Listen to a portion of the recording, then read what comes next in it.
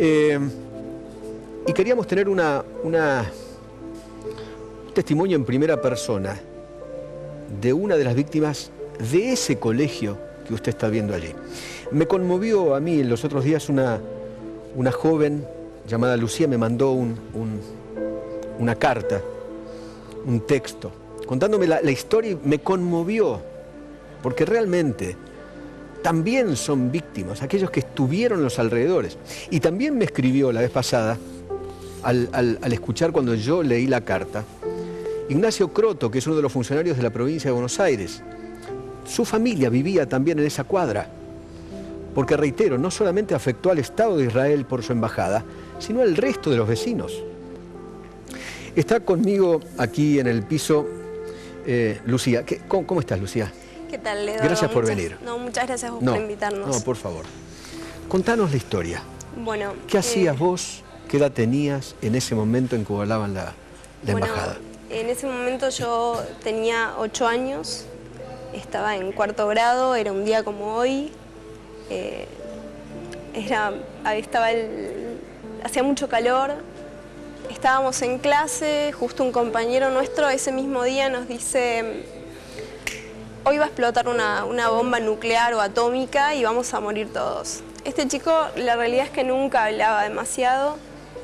Cuando dijo eso, todos nos quedamos, nos reímos, nos burlamos, le dijimos que eso era prácticamente imposible. Una cosita de un chico, un chiquito. Sí, 8 años. Teníamos 8 años,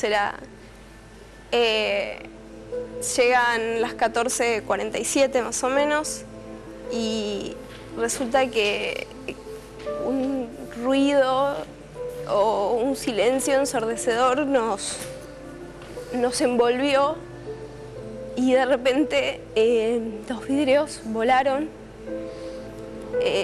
Miro hacia el lado y tengo a mi compañero con un vidrio clavado en la frente, en el costado de la frente. Y en ese momento lo único que pude hacer fue taparme la cabeza, me cubrí y no me pude mover. Me quedé quieta, vi que todos pasaban y yo no podía moverme. Para mí fue terrible porque aparte eran todos vidrios en el piso. Salgo última, lo único que tenía era un diccionario en la mano, a lo que me aferré como si fuese lo último que hubiese tenido. Cuando estamos en las escaleras, yo veo que todos se amontonan, yo era la última, alguien me toca de atrás, me toca el brazo, el hombro, me deja totalmente ensangrentada. Y la realidad es que yo no vi la cara, no lo vi, solamente me asusté, traté de correr, faltaban escalones. Al final de cada piso estaba una maestra totalmente ensangrentada que nos decía: no pasa nada, quédense tranquilos, está todo bien, cuando en realidad estaba todo mal. Para nosotros era el mismo infierno. Logramos salir por una de las puertas, había una escalera. Por esa escalera, al estar todos tan amontonados, yo estaba en el borde, caigo más o menos 2 metros, no me acuerdo de haber sentido dolor. Lo que sí me acuerdo es que era como si hubiese llovido sangre. Nosotros teníamos un patio que era empedrado y que precisamente cada vez que llovía o algo, lo que quedaba era en charcos. Y realmente no se entendía de dónde salía tanta sangre. Cuando miro hacia un costado, nosotros teníamos un patio donde daba al asilo de ancianos y veo una llamarada gigante y ancianos que gritaban que se quemaban, que por favor los ayudaran. Y nada, yo con 8 años yo pensé que podía ayudar. Fui hacia una maestra y le pedí que por favor ayudara. Y lo que me dijo, en realidad no me dijo nada, me tocó la cabeza y me dijo, no, me miró con la mirada perdida, como diciendo, no puedo hacer nada. A eso me voy de vuelta a donde estaban estaba este chico que había dicho esto, Sebastián, que había dicho que íbamos a morir en una bomba atómica, y él con toda tranquilidad decía, sí, yo sabía. Nada, nosotros le decíamos, no podemos creer que vos sabías esto. A todo esto nos dicen que no hay salida, que se había derrumbado toda la parte de adelante del colegio y que teníamos que esperar, y las imágenes eran terribles. Había una maestra de jardín con un yogur con sangre, por ejemplo. Los nenes de jardín, se cayó una pared y de casualidad no mató a ninguno de los chiquitos. O sea, tuvimos un Dios aparte realmente. No solamente eso, sino que estaban por salir a las 3 de la tarde, salían todos los nenes del jardín. Y sucedió antes. El padre Brumana, que fue el que falleció, estaba adelante, que fue donde se derrumbó todo. Bueno, recuerdo que nos sacaron los bomberos y cuando salimos era toda destrucción, era lleno de hojas y de humo, se escuchaban sirenas por todos lados, gente que corría de un lado al otro, todos sangrando, había un pie en el piso, había una pierna, restos humanos o no lo sé, mucha sangre. Nos llevaron a la 9 de julio, nos sentaron ahí, nos dijeron que nos llevaron incluso habían confiterías que quedaban en la calle por Cerrito, nos llevaron a tomar un vaso de agua, no sabían qué hacer porque ya entre la cantidad de ambulancias, policías, bomberos no daban abasto con la magnitud de lo que había pasado. Y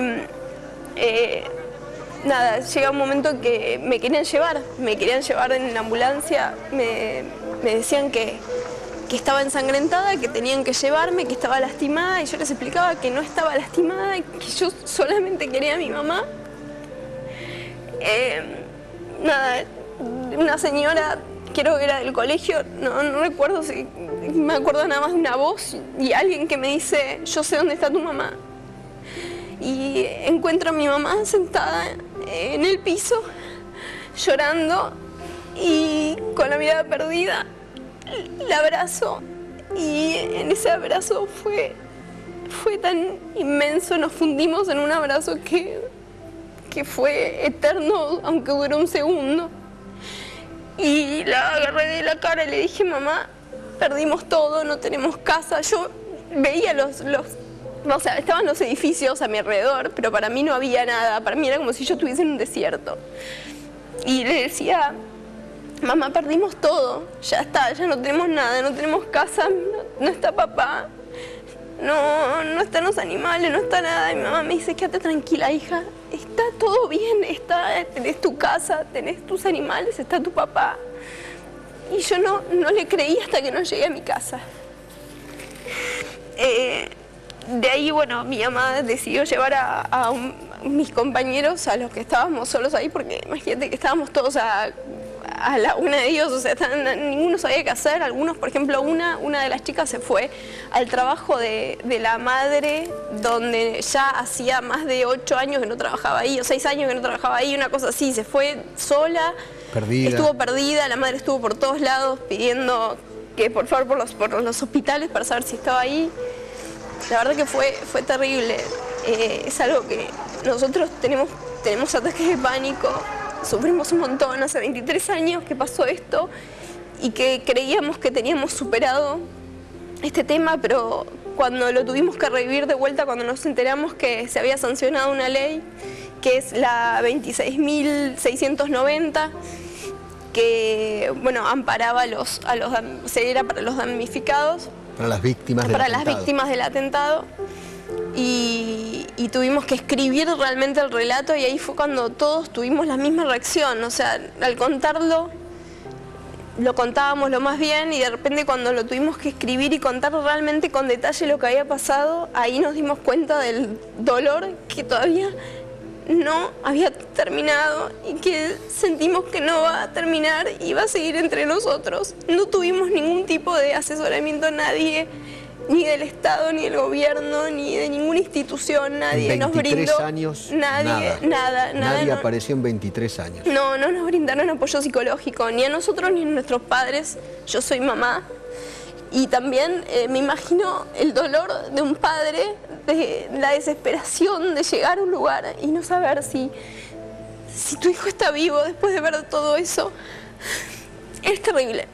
De saber que había gente debajo de los escombros. Mi mamá no sabía si yo estaba debajo de los escombros hasta que me vio y realmente, o sea, fuimos como abandonados. Esa es la sensación que nosotros tuvimos. Y la realidad es que nos enteramos a través de una compañera de esta sanción, de esta ley que habían sancionado. Y había sido hace un año atrás, con lo cual nosotros estábamos fuera de término para poder presentarnos. La realidad es que fue publicado en el boletín, pero no fue publicado en los medios, con lo cual nosotros no tuvimos acceso a esa información. Lo que nosotros estamos diciendo es que esto es un delito de lesa humanidad, no estamos hablando de... O sea, es un atentado, como fue también el de la AMIA.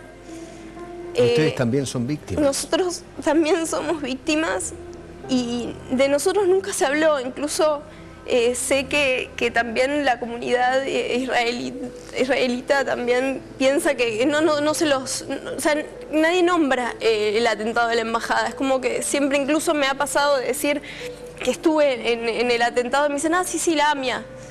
Como que no hay ni siquiera, fue como olvidado, fue como si eso no hubiese pasado y las 29 víctimas no hubiesen sido importantes. ¿Te cuento una cosa? Sí. Me acaba de escribir Julián Álvarez, ¿sabés quién es? Sí. Es el secretario de Justicia, sí. Es el número 2 del Ministerio. Me pone: Eduardo, conmovedora la historia de Lucía, decirle si por favor puede venir mañana al Ministerio. Así la recibimos y buscamos la forma de ayudarla en esta tragedia. Si podés, pasale mi celular. Muchas gracias. ¿Te sirve? Sí, por supuesto. Nos sirve a todos. O sea, yo vengo en representación de todo mi grupo, que precisamente por todo esto, por el trauma que todos vivimos, no son capaces de estar acá enfrente. Yo estoy haciendo lo que puedo. La verdad que para mí también se me hace muy difícil. Dije, no voy a llorar. Es que es la primera vez que uno puede escuchar un testimonio de alguien que sufrió el atentado y no estaba ni dentro de la embajada ni dentro de la AMIA. Sí. Es más... Porque además debes haber tenido muchos compañeritos heridos. Bueno, estábamos todos, por suerte, y los ancianos se estaban quemando. Se estaban quemando, murieron, muchos murieron. Y es más, que pasaron imágenes en las cuales estaban sacando a los ancianos. Fue terrible, porque aparte justo esa parte se incendió y salía una llamarada de fuego impresionante, que incluso esa parte ya se derrumbó.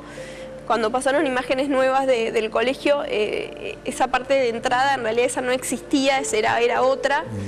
Y ahí estaba digamos, el asilo de ancianos. Claro, porque contémosle a la gente que nos está viendo, no sé, en Jujuy, en Tierra del Fuego, en La Pampa, qué sé yo, que justamente la embajada estaba acá y el colegio acá, o la embajada acá y el colegio acá enfrente, sí, justo enfrente. Y la verdad que fue un milagro que saliéramos ilesos, que en realidad ninguno tuviese ningún daño de gravedad a nivel físico. Pero sí psíquico, psicológico, todos. Me contaste hoy a la mañana en Radio 10 que uno de tus compañeritos se suicidó. A los 14 años, sí. O sea, no pudo superar el atentado. No, y te soy sincera, muchos tuvimos, muy chiquitos, las ganas de no seguir más. Con 12 años, yo la verdad que me sentía cansada. Muchos han tenido depresión mucho sufrimos, a veces de depresión también. La verdad es que para nosotros ha sido muy difícil. No hay uno de todos nosotros que te diga, no, yo la verdad que no me pasó nada. Por ejemplo, hubo la doctora Guevara Lynch, que es la que está con nosotros. Bueno, es la mamá de dos de las alumnas, y una de sus hijas no habló por 2 semanas. O sea, nos pasaron un montón de cosas. Incluso yo creo que algunos teníamos la suerte de que podíamos, de que nuestros padres podían pagar un psicólogo. Y otros no tuvieron esa suerte, pero la realidad es que tampoco los psicólogos en ese momento sabían bien cómo reaccionar con nosotros, porque precisamente era algo anormal. Era la primera vez que había ocurrido en la República Argentina, sí, un atentado terrorista. Claro, o sea, exactamente, era algo en ese momento atípico. Entonces todo lo que veían en nosotros, sí, claramente no era normal. O sea, yo, por ejemplo, a mis Barbies les sacaba las piernas, la cabeza y no me daba cuenta. De repente estaba así, me daba cuenta después. Mi mamá terminaba poniéndole elásticos para que no siguiera destruyendo los juguetes. Los chicos se volvieron cada vez más violentos. Como, no sé, estuvimos un tiempo también sin colegio porque había quedado destruido. Nos prestaron un colegio en el cual nos mandaban una comida, nos mandaban unos sándwiches, me acuerdo, muchas veces en mal estado.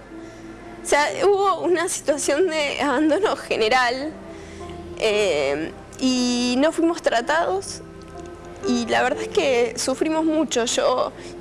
¿Y el gobierno en ese momento de Carlos Menem ni se ocupó del tema? No. Nada, cero, abandono. Nada. Total. No, por lo menos nada. Con nosotros no hubo nunca nada, incluso con el colegio. ¿Nunca el Estado o el gobierno mandó psicólogos, ayuda por trauma postraumático? Nada. Cero. Nada. Cero. Nada. Bueno, pasaron 23 años. Bueno, por lo menos... Nosotros lo que estamos haciendo, bueno, hicimos esta petición, o sea, nos presentamos en el Ministerio de Justicia para hacer esta petición. Mañana te recibe el número 2. Y después contame cómo te fue. Bueno, prometo que te voy a contar y te agradezco mucho también. No, porque vamos a seguirlo, a ver si el compromiso es sincero o no es sincero. Y seguramente también vamos a hablar con Julián Álvarez. Lo bueno es que alguien esté viendo tu testimonio y que rápidamente lo que no se hizo en 23 años, alguien lo haga ahora. Y eso ya por lo menos es para empezar, está bien. Sí, porque imagínate que nosotros todavía estábamos lo que nos decían ahora era, no, todavía no sabemos, porque incluso pueden llegar a ser bajados por el tema de... Mañana lo charlas con él. Te espera, a ver, me dijo mañana, ¿no? Ah, te tengo que pasar el teléfono. Bueno. Te lo paso enseguida. Buenísimo. Si mañana puedes ir al ministerio, así... Mañana mismo estoy ahí. Gracias por el testimonio. No, gracias a vos por todo. Impresionante. Esto es lo que provoca el terrorismo. ¿Se dan cuenta? Ya venimos, pausa.